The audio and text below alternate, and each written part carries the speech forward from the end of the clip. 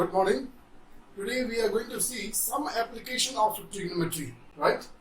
And in that application we will learn today how to calculate the length of missing side, right? Or the angle. So these are the two things that we are going to learn in this exercise, right? And this exercise is on page number 251. Page number 251. Clear? So we are going to start with question number 1A. So we are going to have question number 1A. Solution of question number 1A. Is it okay? So in this question, as you can see the diagram, you have a triangle in which one of the angle is the upper angle is 72 degree, then it is a right angle triangle. So at one vertex you see 90 degree angle, and one angle is missing, right? One angle is missing, that is Z. And then we have also the length of the two sides. We have length of two sides. So two sides are also missing, and length of one of the side is given. Clear? So we are asked to calculate the values of x, y, and z in this question. Alright. So first thing we will calculate here is the angle. Let us calculate the angle, because in the triangle, as you see the diagram, two angles are given and then the third angle is to be calculated. So we know that the sum of interior angle of a triangle is 180 degree. Sum of three angle of a triangle is 180 degree. So using that concept, we can say your angles are 72 degree plus 90 degree plus the angle, and the name of that angle is Z. This is equal to sum. These are the three angles of a triangle. So sum of these three angles of a triangle is 180 degree, right? 180 degree. So now we can find the value of Z. So add the two and send it to right hand side. So Z is equal to 180 minus sum of these two is 162 degree, and therefore the value of Z is 18 degree. So angle Z is calculated. Clear? Now after this we are going to find the value of x, right? Now for finding the value of x, you have two options. You can either use angle 72 degree or you can use the angle Z, that is 18 degree, right? Any angle you can use and you can find out. So I am going to use the given angle, that is 72 degree. So using the 72 degree angle, and if I calculate x, right? Please remember here one thing is for calculating the length of side or the angle, you need two information. You require minimum two informations, right? So it could, if now in this question you can see here you have one length and one angle to find the value of x. So in terms of angle 72, please listen this very carefully.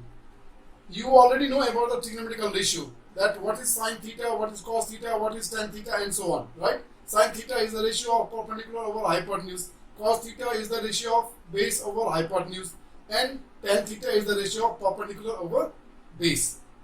So you need to know that one, and then you already know it. So now with this trigonometrical ratio, we are going to find the length of x. We are going to find the value of x. Now for finding the value of x, we are going to use angle 72 degree and the length of the base. Length of the base, and base is given 10 degree, right? So sorry, not the base. Length of one of the side is 10. Now this length 10 unit for the angle 72 degree will be opposite side. Right? The horizontal line becomes the opposite side for angle 72 degree. So by using a trigonometrical ratio of sine, right? Because when you are sine 72 degree, in terms of this angle, your given length 10 unit will become opposite side, and the one which you are going to calculate is the adjacent side, hypotenuse. So opposite side and hypotenuse is used in trigonometrical ratio of sine. So we can write down here the opposite side length is given 10 unit and then the hypotenuse which you are going to calculate. Clear? So now from here we can manipulate, we can exchange the side. X comes to this side and then sine 72 comes to this side is equal to 10 over sine 72 degree. Is this very clear? And now you can use the calculator. By using the calculator, we can find the value of x. So x is calculated is equal to 10 point. Using a calculator, you will get the value is 10.51. So maybe you can leave your answer up to one place of decimal, or maybe up to two places of decimal, right? And this is the length of the side, so we can write unit because we don't know what is the unit. In the question, the length of the side is the unit of the side is not given, so we also don't know. So we will write this as unit. Is this very clear? So we calculated two things. Your z is calculated, your x is calculated. Now from the diagram, you are left with y. You are left with y. Is this very clear? So this y also we can calculate in terms of any of the two angles, right?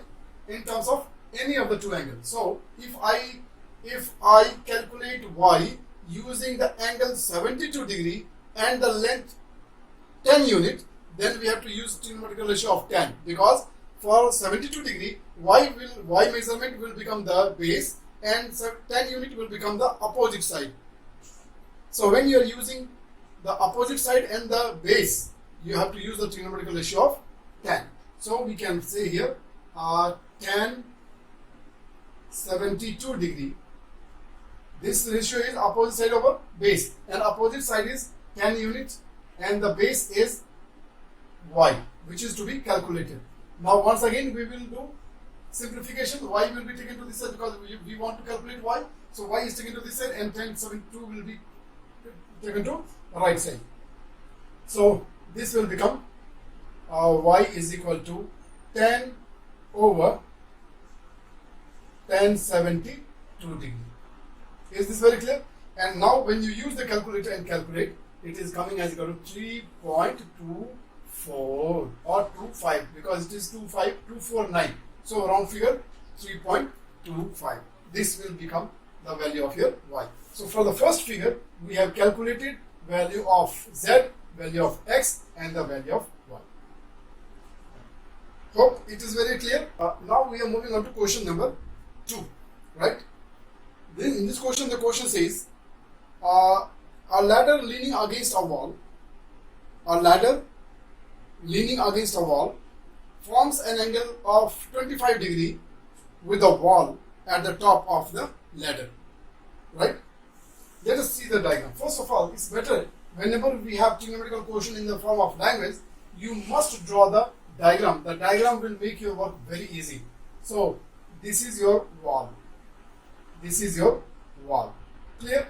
And the ladder is leaning against the wall. So when the ladder is kept against the wall, it will be somehow like this. And this forms a right angle triangle. Is this very clear? Now according to the question, this ladder makes an angle of 25 degree angle with the top of the wall. Clear? Now, the ladder reaches up to a height of 2.8 meter. This ladder reaches up to a height of 2.8 meter. Clear? Now, the question is, what is the length of, how long is the ladder? That means you have to find the length of the ladder. So, let us assume the length of the ladder to be x. Is this okay? And now, very easily we can calculate the length of the ladder. Hope I am very clear to you all, right? This is a ladder which is leaning against the wall, right, and making an angle of 25 degree angle at the top, and then this ladder reaches up to a height of 2.8 meter. If this is so, what could be the length of the ladder? Is this very clear? So now we have to see that which will be the appropriate trigonometrical ratio. Which trigonometrical ratio will be appropriate, right? It's very easy question. The angle is this, that means this side will be adjacent side, right? This is obviously always your hypotenuse. Now,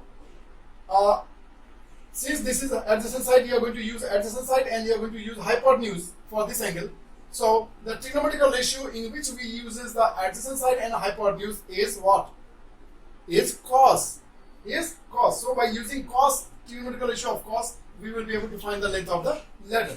So we will here write cos 25 degrees is equal to adjacent side is 2.8 divided by the hypotenuse x, right?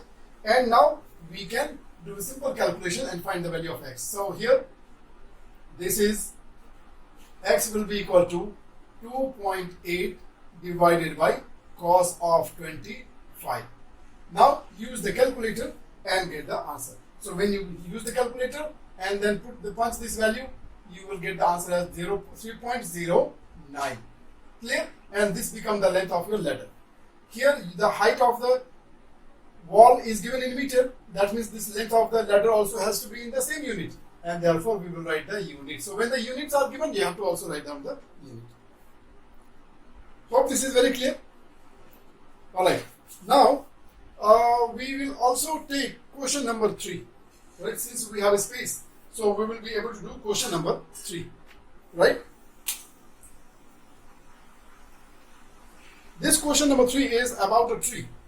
There is a tree whose height is 6.2 meter tall, right? Let us draw. This is solution. This is solution for question number 2, and this is solution for question number 3, right? So there is a tree.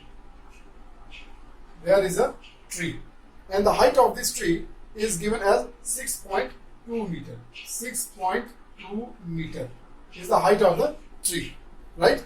And this tree, it casts a shadow. You know, like when a shadow is made, it will be always made horizontal. So the tree casts a shadow of length of 13.4 meter. 13.4 meter. Is this all right? So this is your tree. Now let us complete the diagram by making it a right angle triangle. Clear? Now the question says, you have the height of the tree, you have the length of its shadow. Now the question says, at what angle do the rays from the sun, right, meets the top of the tree? So we have to find out this angle. This is the angle that we have to calculate. So suppose this angle is theta. So you are asked to now calculate the angle theta. Now this is so easy. This is so easy because for this angle, the name of this side will be adjacent side, the name of this will be opposite side, and now using adjacent side and opposite side, we are going to calculate the angle. Therefore, the proper trigonometrical ratio will be trigonometrical ratio of tan. So either we can use tan or we can use cot, because in both we are using this trigonometrical ratio. So better we will go for the fundamental trigonometrical ratio. Let us calculate. So tan theta will be perpendicular over base. Perpendicular is 13.4 and base is 6.2. Am I very clear? Now we will find the value of angle. So tan has to go to the other side. So tan, when it goes to the other side, it changes into inverse. Tan inverse, and then this is 13.4 over 6.2. Clear? Now just you have to use the calculator and you have to get the value. So you use the calculator and write the value. You are getting this as 65.17 degree. This is angle, so its unit is degree. Clear? So this is the angle that the ray of sunlight meets with the top of the tree. Clear?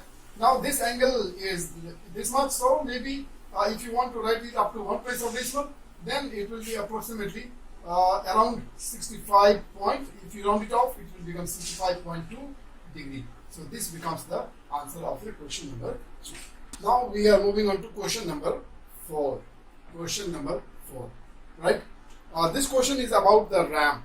Ramp, R-A-M-P, ramp. You might have seen this ramp, especially in the hospital, right? if you go to big malls, then sometimes you will find this kind of ramp even in the big mall, because all different type of peoples are visiting mall or to the hospital. Some people are physically handicapped, they cannot walk, or some sick people, some weak people also cannot walk, some then they are taken on the wheelchair or they are taken on the stretcher. So in that case, they cannot climb on the steps. That is why, for that reason, in the hospital you will see ramp. You even see this kind of ramp in our Funsilin hospital, isn't it? So now, how do we make this ramp? What used to be the angle of elevation of this ramp? Right? That is very important. So this is a good general knowledge also. When we make a ramp for the wheelchair purpose, the angle of elevation has to be 5 degrees. This is the standard angle of elevation for the ramp. Right?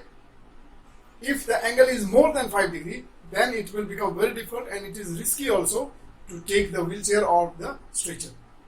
Clear? So the question says, for the safety reason, the maximum angle at which the wheelchair ramp can be sloped is 5 degrees. Is already 5 degrees. So this is the information. Now the question says, could a ramp with a slope of 1/7 be used for a wheelchair? So now we are given a slope. And using this slope we will find out the angle of elevation, right? So we are asked that this given slope, is this appropriate for the wheelchair? So let us calculate, because by seeing the slope we cannot know what is the angle of elevation, right? What is the angle for the ramp? So we will calculate the angle with the given slope, and if that angle comes close to 5, we can accept, yes, it could be appropriate for the wheelchair ramp. So the slope you are given, and then how do we write slope in the trigonometry? Slope we write by using the trigonometrical ratio of 10. Trigonometrical ratio of 10 gives you the slope, and this slope is tan theta, and the slope is given in the question is 1/7. Is this okay?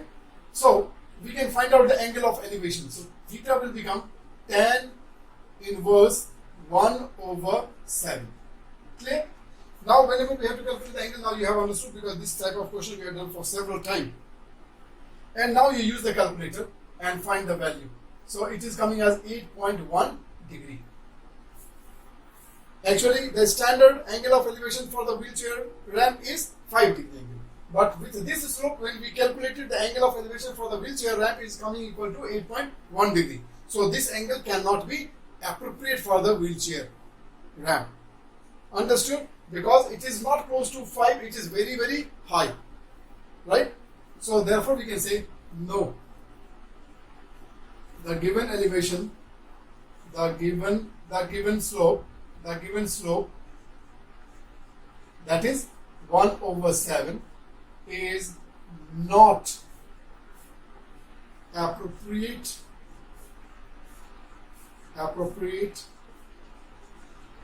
for wheelchair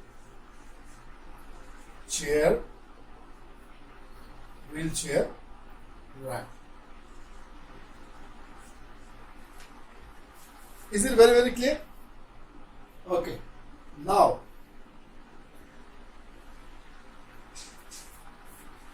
since we have a space, let us take one more question, right? One more question, that is question number 4.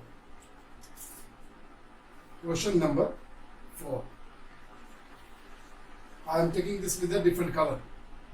Question number 4. Right? In this question number 4, what it says? On the path to a school, the rise is 80 meter.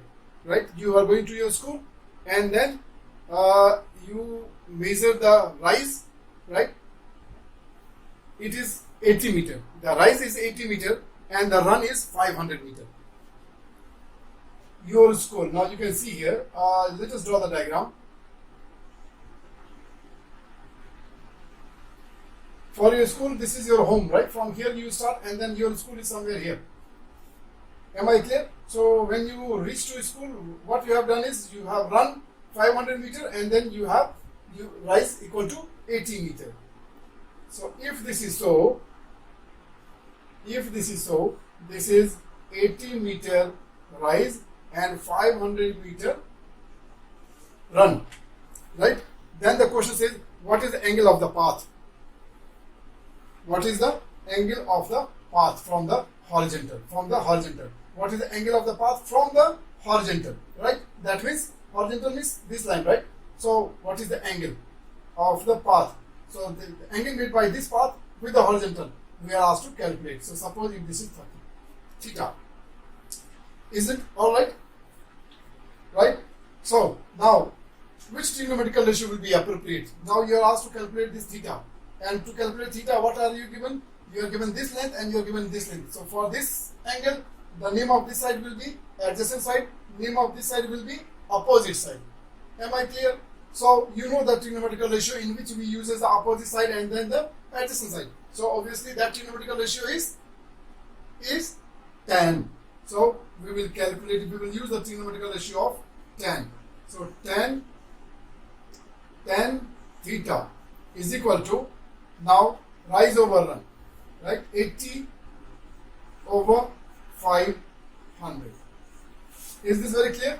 So you can simplify this 0, cancel this 0. This is 4 2s are 2 4s are, and this is 2 25s are. Right? Now we will not simplify. Now theta is equal to, tan will go to other side, so it will become inverse. Tan inverse 4 over 5. After this, now you use the calculator.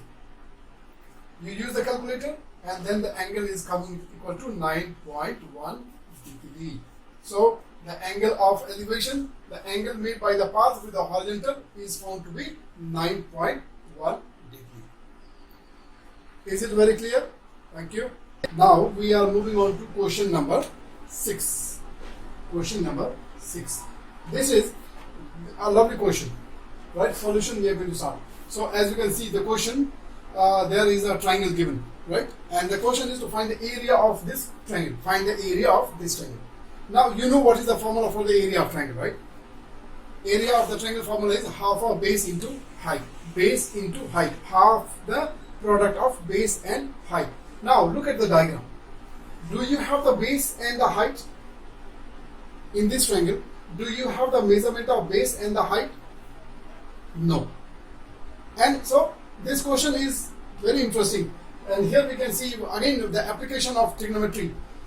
In this triangle, though we don't have the length of the base and then the height, but still we have to find out the area of the triangle, and it is possible using the triangle concept, using the trigonometry, using the triangle, we can find the area of this triangle, right? So what we need to do is, since in the formula we have the product of base and height, half the product of base and height, so using the trigonometry, first of all we will find the base and then we'll find the height. And once the base and the height is calculated, we can easily find out the area of the triangle.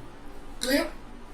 So first of all, we are going to find out the, we can name the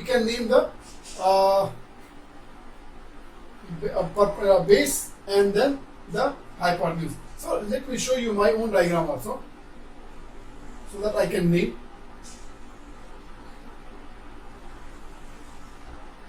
This is your right angle triangle, right? In which the length of the hypotenuse is given as 10 and the unit is not given, right? Fine, no problem. And then the angle is 37 degree. This angle is given as 37 degree.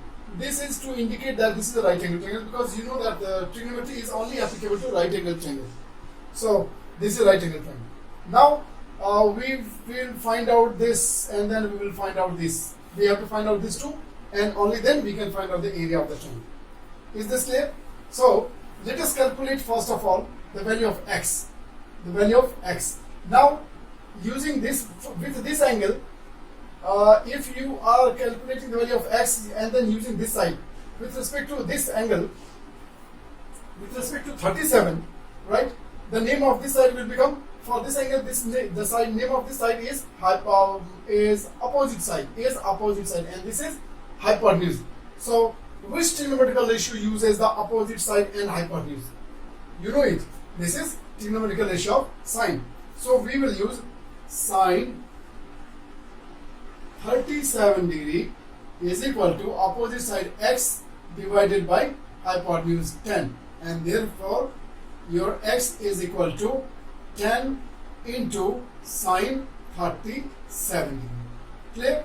Now you use calculator. Just use calculator and find the value. So the answer is coming as 6. Right? 6. There is no unit, so we will simply write unit. Right? It is coming in decimal 6.01. That is why I have taken the round figure. Clear? Now we are going to find the value of this y, this this base or adjacent side. So now for this angle, this will be adjacent side and this is the hypotenuse. So you need to know that which trigonometrical ratio uses adjacent side and hypotenuse. And can you tell me which is the trigonometrical ratio where we use the adjacent side and the hypotenuse? The name of that trigonometrical ratio is cos. So we can use cos of 37, right? Opposites adjacent side y divided by hypotenuse 10, and this implies your y is equal to 10 into cos of 37. Now use calculator.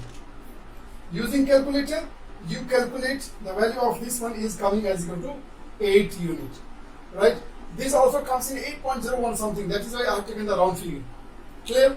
Now these two lengths are calculated. Now we are in a position to find the area of this given triangle. So finally, therefore, area of triangle, which the formula is half of base into height, right?